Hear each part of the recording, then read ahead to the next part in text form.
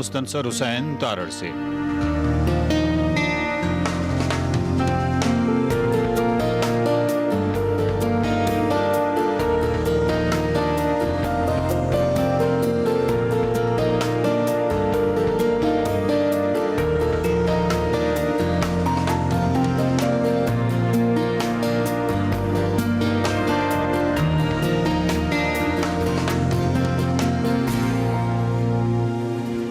बिस्मिल्लाहिर्रहमानिर्रहीम। अस्सलाम वालेकुम पाकिस्तान और सारे पाकिस्तान, आपकी खिदमत में हाजिर हूँ। और आप जानते हैं कि मैं कौन हूँ, क्योंकि पिछले 5 बरस से मैं इसी चेयर पर बैठकर आपको खुशामदीद कहता रहा हूँ। आज थोड़ी सी तारीख़ी इसलिए हो गई कि आप जानते हैं कि इस्लामाबाद में जंगली हयात बहुत, मसलन मैंने चितकुबरे सांप देखे बड़े खूबसूरत, वो चीज़ें भी देखी हैं जिनका नाम नहीं लिया जा सकता, इस्लामाबाद में बहुत होती।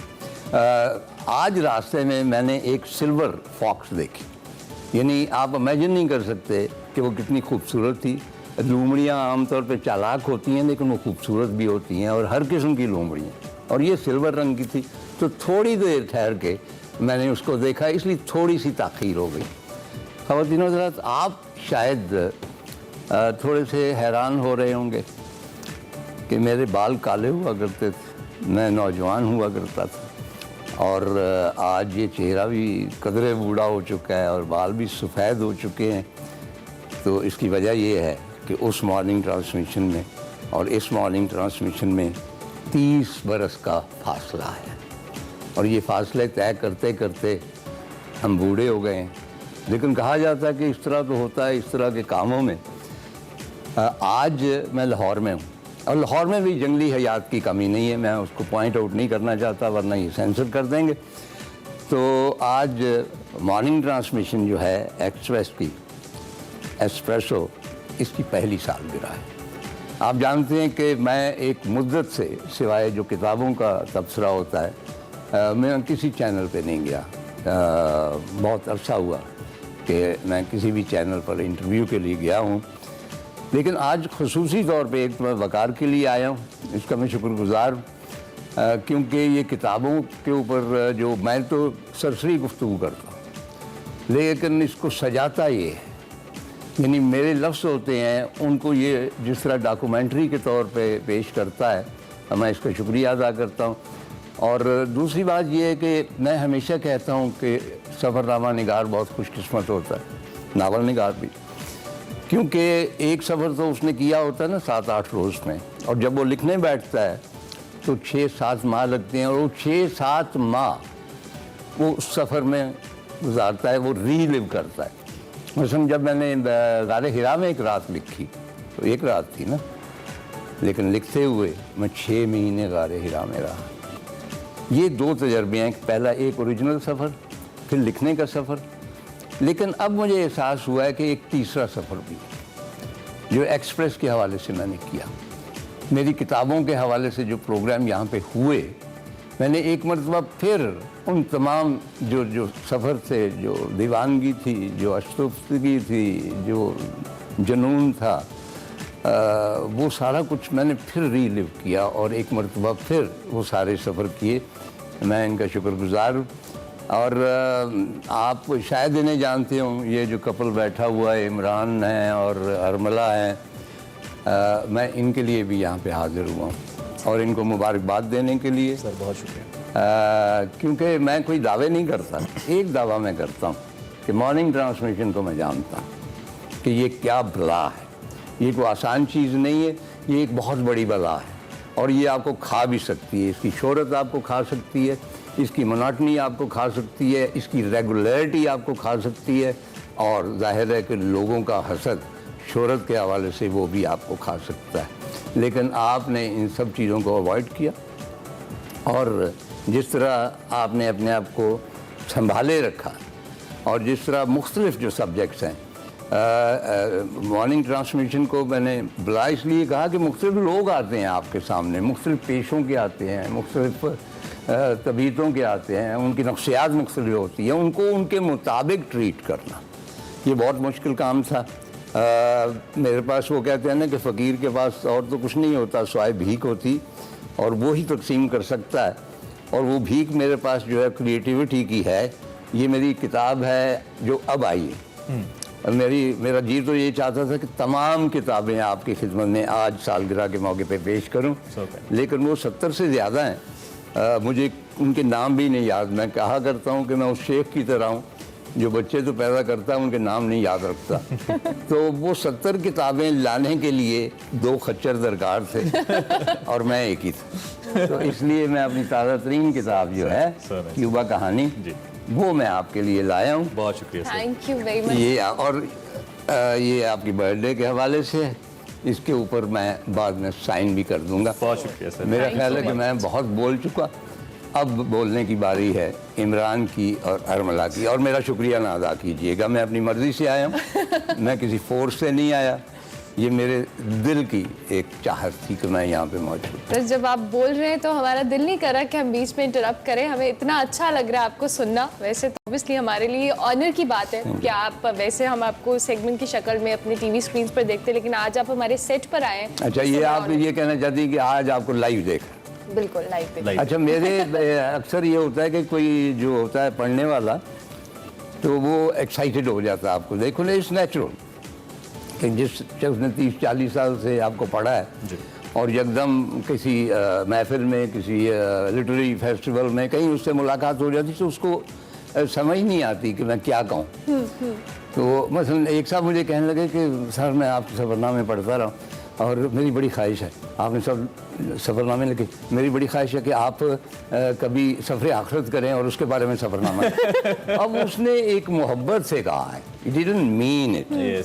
तो इसी तरह आपके लाइव का ये है कि लाइव का तर्जुमा कोई नहीं है, मतलब जिंदा है। चुनांचे बहुत सारे लोग मुझे मिलते हैं माल्टन पार्क में या कहीं चलते फिरते, तो वो कहते हैं तार साहब आपको जिंदा देखकर बड़ी खुशी होती है। तो आज आप मुझे सर अल्लाह आपको ज़िंदगी दे। एक तो इसमें कोई दो राय नहीं कि वाकई बहुत खुशी हुई और अल्फाज नहीं है, चूँकि जितने भी इसके लिए फॉर्मल अल्फाज इस्तेमाल हो सकते हैं, मेरे ख्याल में आप उन सबसे बखूबी वाकिफ़, क्या बल्कि हमने आप ही से सीखे हैं। और पहली दफ़ा मैं जो एक चीज़ कहना चाहता हूँ कि यहाँ पे अक्सर लोग आते हैं तो उन्हें हमें सर कहना पड़ता है, लेकिन आज पहली दफ़ा लग रहा है कि वाकई he is the sir of the morning shows, जिनको हम सर कह रहे हैं। और वो एक मुझे तो क्लासरूम किसी पता नहीं क्यों कैफियत महसूस हो रही है। मुझे लगता नहीं था कि ऐसा होगा, लेकिन it's such a great honour to have. देखिए आप ये जो सर कह रहे हैं ना,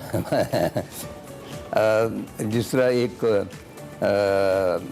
उन दिनों मॉर्निंग ट्रांसमिशन में ख़त्म कर चुका था तो दुबई में एक शो था तो खातून कहने लगी, अच्छा मेरी हमेशा ये ख्वाहिश होती कि मेरा इंट्रोडक्शन ना करवाया जाए, क्योंकि जब मैं मॉर्निंग ट्रांसमिशन में तो बहुत से बेहुदा लोग मेरे सामने आते और मेरा जी नहीं चाहता था उनकी शक्लें देख ले या उनकी बातें करने, लेकिन मुझे उनकी बहुत तारीफ करनी पड़ती। आपको भी करनी पड़ती होगी। चुनांचे अगर सभी की तारीफ होती है तो फिर मैं वो तारीफ नहीं करवाना चाहता, कतन नहीं, बिल्कुल। तो बहरहाल तो उन्होंने ये कह दिया कि इन्होंने ये कहा है, तो यूँ समझिए कि ये जितने भी he is the father of all morning transmissions.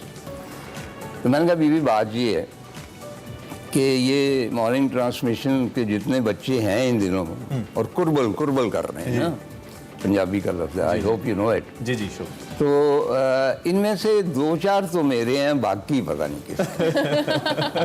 लेकिन मैं बड़ी आसानी से कह सकता हूँ कि आप मेरे बच्चे। So kind of you, sir. इससे बढ़कर और क्या कोई कॉम्प्लीमेंट और एजाज नहीं हो सकता। और आपको अल्लाह ज़िंदगी दे, सलामत रखे, ऐसे ही आप अपनी जो बातें हैं वो हम तक पहुँचाते रहें। नाज़रीन, मुस्तनसर हुसैन तारड़ साहब, और मैंने शुक्र किया इस बात का जब हमें ये बताया गया कि आगाज़ तारड़ साहब खुद कर रहे हैं, क्योंकि यकीन जानिए मैं शायद इतना नर्वस नॉर्मली कभी नहीं होता। मैं बहुत नर्वस था कि मैं क्या बोलूँगा तारड़ साहब को लेकर। सो इसके लिए भी इनका शुक्रिया, आप इस शुक्रिया को काइंडली वापस न कीजिएगा। तो आगे बढ़ते हैं, क्या हम तारुफ करा देते हैं? बिल्कुल। और आज चूंकि हमारी फर्स्ट एनिवर्सरी है एक्सप्रेसो की, तो हमने सोचा कि हमारी टीम जो पूरा साल मेहनत करती रही, वैसे तो हमारी कोशिश थी कि जो बैक एंड पे मेहनत करते हैं वो भी आते हैं, लेकिन अनफॉर्चुनेटली वो नहीं आ सकते। आज का शो भी उन्हें कराना है, लेकिन जो ऑन स्क्रीन आप लोगों को देखते हैं, और जिस तरह से अभी तारड़ साहब ने कहा कि वकार अहमद मलिक हमारे शो का एक बहुत इंपॉर्टेंट हिस्सा, और जिनके बगैर हम कहते हैं कि हमारा जो कंटेंट है वो कंप्लीट नहीं होता। और तारड़ साहब को जिस तरह से वो उन्होंने बोला कि वो कहीं नहीं गए और वकार साहब उन्हें लेकर आए, तो हम ये खुशकिस्मती समझते हैं कि वकार अहमद मलिक हमारे एक्सप्रेसो का हिस्सा है और हमारे शो का हिस्सा है। वकार भाई, बहुत बहुत मुबारक हो एक्सप्रेसो की फर्स्ट एनिवर्सरी पे, और thank you very much Tarar साहब को भी लाने के लिए और हमारे शो में भी आने के लिए। कैसे जज्बात क्या है एक साल मुकम्मल? बहुत आला, बहुत ज़बरदस्त, और स्पेशली जो है वो एक्सप्रेसो जो कंटेंट दिया पिछले एक साल में, किताब को वापस लेके आया है, साइंस को वापस लेके आया है, स्पेस साइंस पे हम बात कर रहे हैं, क्वांटम फिजिक्स पे बात कर रहे हैं, और मतलब हर तरह की जो एक वैरायटी होती है। हम खुद भी जिंदा जिंदा महसूस करते हैं थोड़ा सुन के। इस पे मजीद बात करेंगे। है ना हमारे साथ हैं, है ना? How are you? I am good, how are you? क्या इंट्रोडक्शन करवाएं आपका, कैसा लग रहा है आपको? बहुत अच्छा लग रहा है। सबसे पहले तो मैं सबको कॉन्ग्रेचुलेट करना चाहूँगी। आई थिंक बहुत अच्छा और प्राउड फील हो रहा है कि एक साल हमने इतने अच्छे तरीके से मेहनत करके गुजारा, और जो लोग ऑन कैमरा हैं उनको तो मुबारकबाद देना ही चाहूँगी, लेकिन जो ऑफ द कैमरा लोग हैं, जो हमारी हार्ड वर्किंग टीम है, आई थिंक ये उनके बगैर बिल्कुल पॉसिबल ना होता। तो I think this is a team effort, और सबको बहुत बहुत मुबारक हो। बिल्कुल जबरदस्त। उसके साथ साथ जी हमें जितने अच्छे खाने लाहौर के पता लगे कहाँ पे क्या अच्छा मिलता है और किसने क्या खाना है, ये हमें फरियाल बताती रही है। फरियाल, थैंक यू सो मच और बहुत बहुत मुबारकबाद। आप भी एक्सप्रेसो का हमारे प्रॉपर हिस्सा हैं, तो आपको कैसा लग रहा है एक्सप्रेसो का एक साल मुकम्मल होने? Thank you so much. मुझे बहुत खुशी हो रही है कि एक साल जो है खाते और खिलाते गुजर गया मेरा। अच्छा, आप से नहीं लगता कि आप गाती रही। और दूसरी बात ये तार साहब कि हमने सेहत और वर्जिश, खाना और वर्जिश एक जगह बिठा दिया, तो साथ हमारे खुशी भी है। खुशी, कैसा लग रहा है? बहुत अच्छा, मुझे बहुत मज़ा आया आप लोगों के साथ। अमेजिंग टीम, सारे के सारे बहुत अच्छे थे, मेरे साथ बहुत अच्छे थे, तो I love them. Thank you so much. अच्छा, ये हमारी पहली सालगिरह, आखिरी शो नहीं है। हाँ, लेकिन still, मतलब वो एक साल का एक्सपीरियंस सब अपना शेयर करें, तो मेरे ख्याल से हम सबके लिए बड़ी प्राउड मोमेंट है, क्योंकि इतनी रोलर कोस्टर राइड रही। हमारे बहुत सारे ऐसे मामला थे जो हमें पता ही नहीं होता था, हमारी टीम हमारे एंड पे उसको डील करती रहती थी, और ये सारी चीज़ें जो हैं मिलके हम कहते हैं कि हमने जिस तरह से नाम बनाया है इस मीडिया इंडस्ट्री में बहुत कम टाइम के अंदर अपने मॉर्निंग शो को लेकर, कंटेंट वाइज हम कंटेंट पे बार बार फोकस करते हैं, और इमरान हमारी हमेशा से कंटेंट को लेके टीम बहुत सेंसिटिव रही है, और हमने ये कह सकते हैं कि हमने सिर्फ कंटेंट दिखाया और अच्छा कंटेंट दिखाया है लोगों को, जिसकी वजह से आज हम पॉपुलर हैं। कोशिश कीजिए जी। और एक्सप्रेसो मॉर्निंग शो के मकसद के हवाले से अगर बात करें तो इसका सबसे पहले और बुनियादी मकसद यही है कि ये जो एक घुटन ज़दा माहौल है, जहां एंटरटेनमेंट के मौके इंतहाई कम रह गए हैं, खासतौर पे न्यूज़ चैनल्स के ऊपर लोग सिर्फ खबरों की बात करना चाहते हैं, और ख़बरें भी वो जो मनफी, वहाँ नाजरीन को एक ऐसा प्लेटफॉर्म मुहैया किया जाए कि वो सियासत पर संजीदा तज्ज़िया और तबसरों के साथ साथ जो एंटरटेनमेंट के मुख्तलिफ मौज़ूआत हैं, या पाकिस्तान के अंदर जो क्रिएटिविटी के मुख्तलिफ एलिमेंट्स हैं, अनासर हैं, और उसके साथ साथ ऐसे लोग जो मेन स्ट्रीम पे नहीं आते, उनको मेन स्ट्रीम पे लेके आया जाए।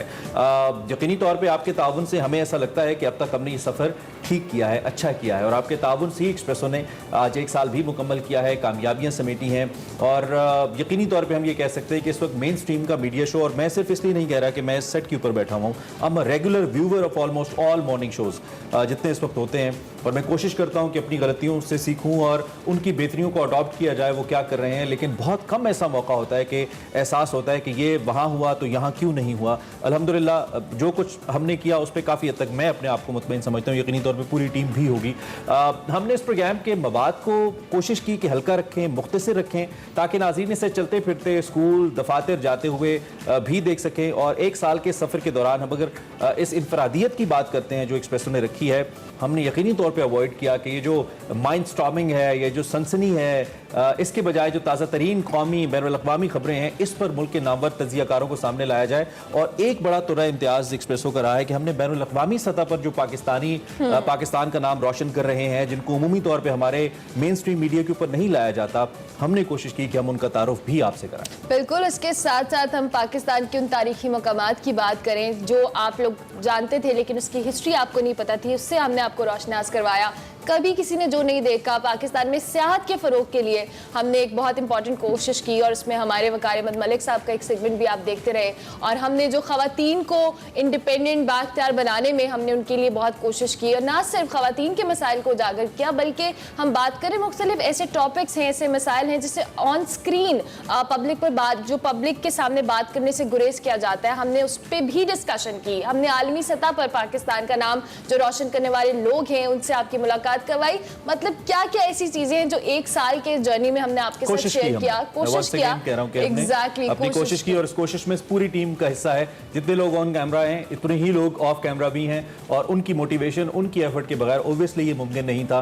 हम बता नहीं सकते, और जैसा कि तारड़ साहब ने कहा, इनसे बेहतर कौन समझता है कि एक एग्जीक्यूशन है प्रोग्राम की, वो तो अहम है ही तारड़ साहब, लेकिन जो बैक एंड के लोग होते हैं, जिनके आइडियाज इसके अंदर इन्वॉल्व होते हैं और जो इस एग्जीक्यूशन के लिए हमें ईंधन फराहम करते हैं, उनका किरदार बहुत ही अहम होता है। इस पे मैं चाहता हूं अगर आप अपना इज़हार ख्याल करें।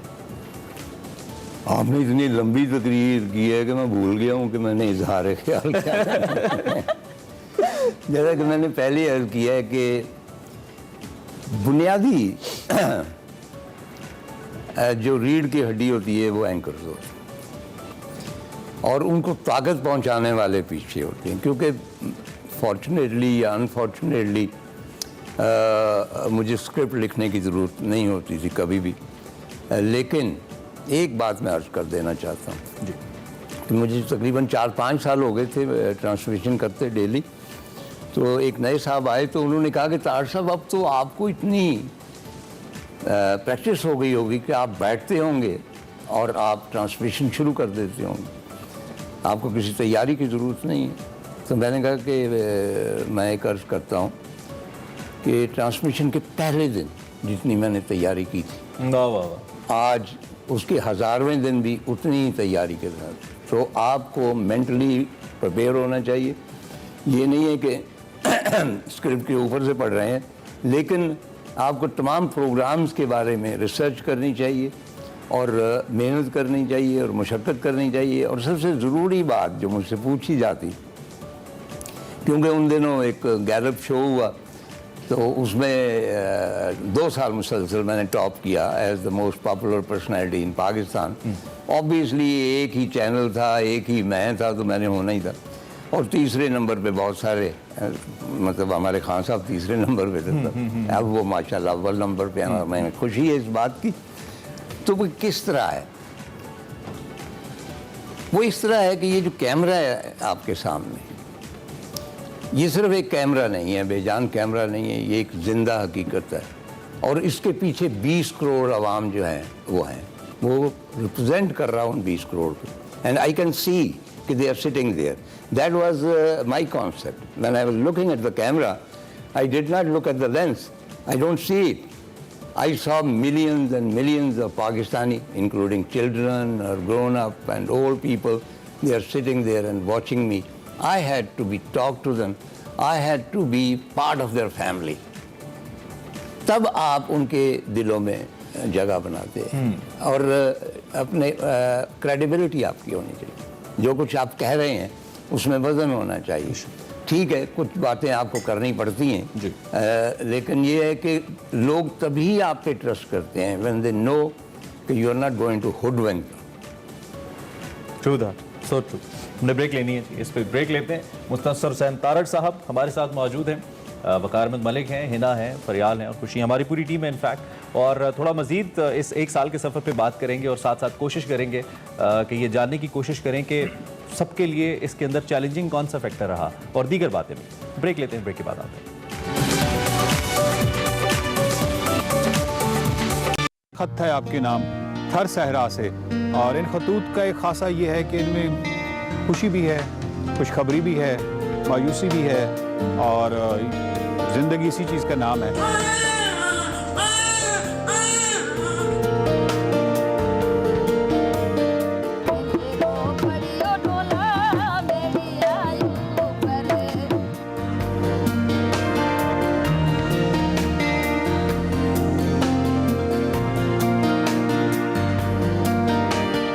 यार समन में को सचोवा, यार हलायण वारों को बाकी बचोवा।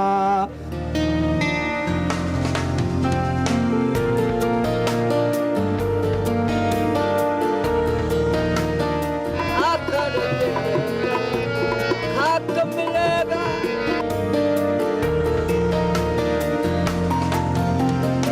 मोहतरम जमशेद दुखी ने पहला मिसरा का जी के पहाड़ी सिलसिले चारों तरफ और बीच में हम।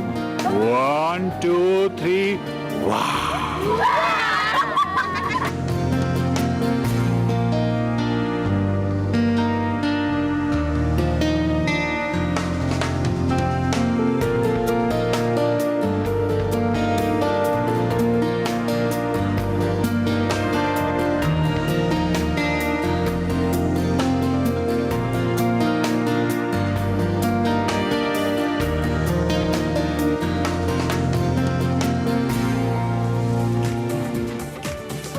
निकले तेरी तलाश में, सफ़र शर्त, सहरा नवर्द के खतूत और जाने क्या क्या। पाकिस्तान के मुख्तलिफ हिस्सों से हमने आपको, कुछ हिस्सों से अगर कहें तो गलत नहीं होगा, रोशनास कराने की कोशिश की और ये सेहरा सजा बकार अहमद मलिक साहब के सर।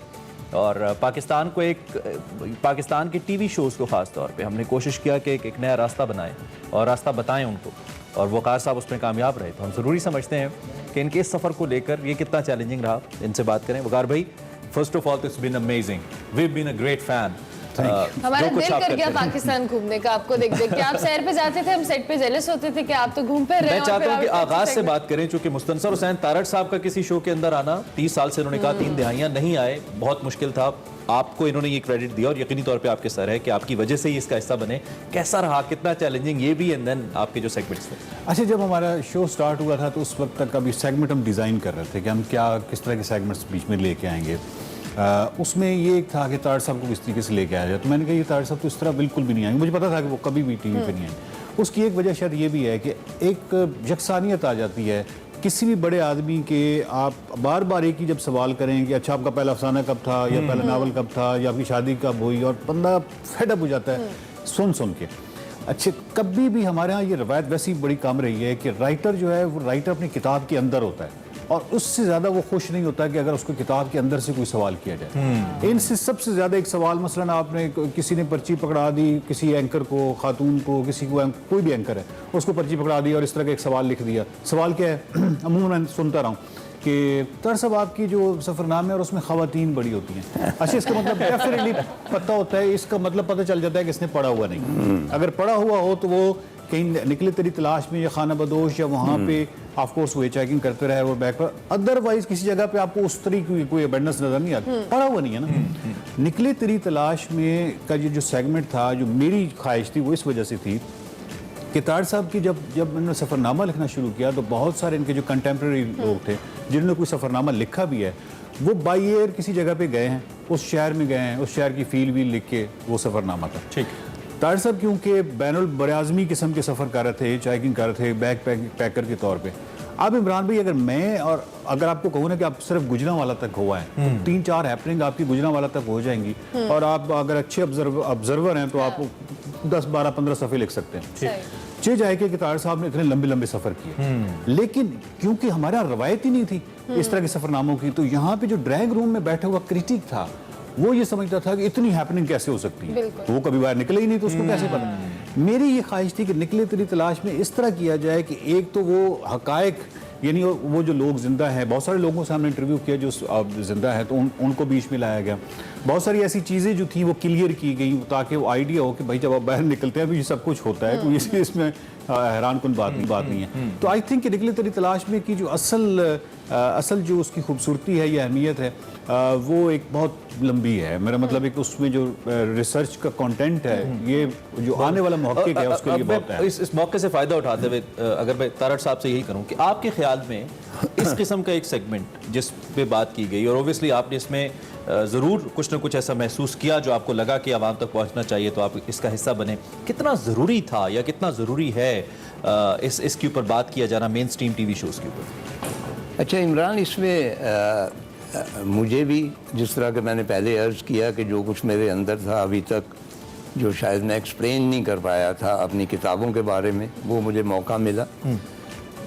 जो अहम तरीन इसकी कंट्रीब्यूशन है इस प्रोग्राम की, वो ये है कि सम और दी अदर इस वक्त आई फील, जितनी मुझे इत्तलाएँ मिलती हैं, कि यूनिवर्सिटीज़ में और कॉलेजेस में सबसे ज़्यादा तहकीकी काम मेरी किताबों पर हो रहा है। अच्छा, मेरा ख्याल सबसे ज़्यादा PhDs भी मुझ पे हो रही हैं। एक PhD तो ऑलरेडी पेशावर से एक खातून ने की, and mind you that was the first PhD जो किसी लिविंग पर्सन पे हुई। अदरवाइज हमारे यहाँ रिवायत है कि इंसान मर जाए तो बाद में उसको खोदते रहो। आई थिंक कि जो अपनी ज़िंदगी में लोग, आपको पता होता है कि कौन कौन से लोग अहम हैं। आपको पता था कि यूसुफी साहब बड़े राइटर, आपको पता था कि इंतज़ार, तो why not in their own life. तो जब वो मतलब चले जाते हैं तो फिर इस प्रोग्राम का ये फ़ायदा हुआ कि जो लोग मुझ पर रिसर्च कर रहे थे, मसलन 2 नौजवान हैं पाकिस्तानी, वो अल अज़हर में एक अरबी राइटर है बहुत मशहूर, मंसूर समथिंग जी। उसका और मेरा तकाबली जायज़े के ऊपर PhDs कर रहे हैं और वो PhDs अरेबिक में होंगी। अच्छा, ठीक है।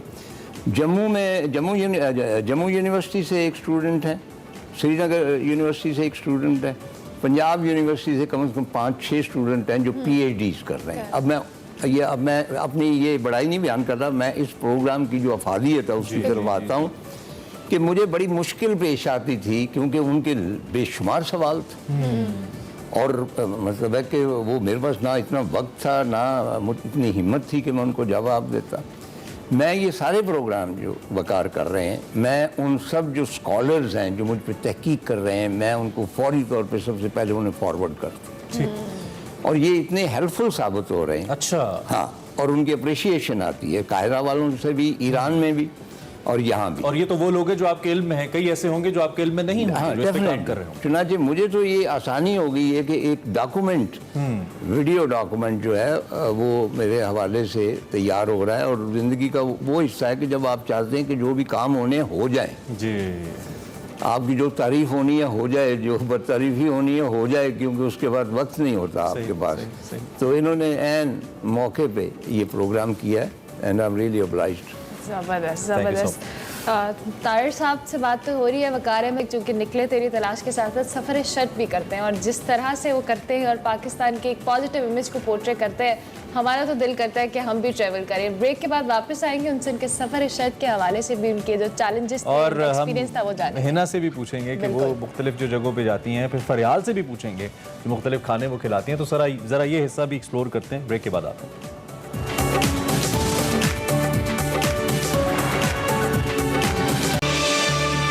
Welcome back to Expresso. Break के बाद आ चुके हैं, चूंकि अब 14 अगस्त भी आ रही है और हमने कल पौधा लगाया था और हमने कहा था कि हम इसको ऑफिस के करीब पौधे को लगा रहे हैं ताकि हम इसकी निगहदाश्त कर सकें। सो अभी जो सिचुएशन है वो ये कि वकार अहमद मलिक ने आज एक पौधा लगाया है और हम भी अपने पौधे के हवाले से कहते हैं कि जी हमने उसकी देखभाल करनी है। तो वकार अहमद मलिक ने कहाँ पौधा लगाया, आपको वो दिखाते हैं।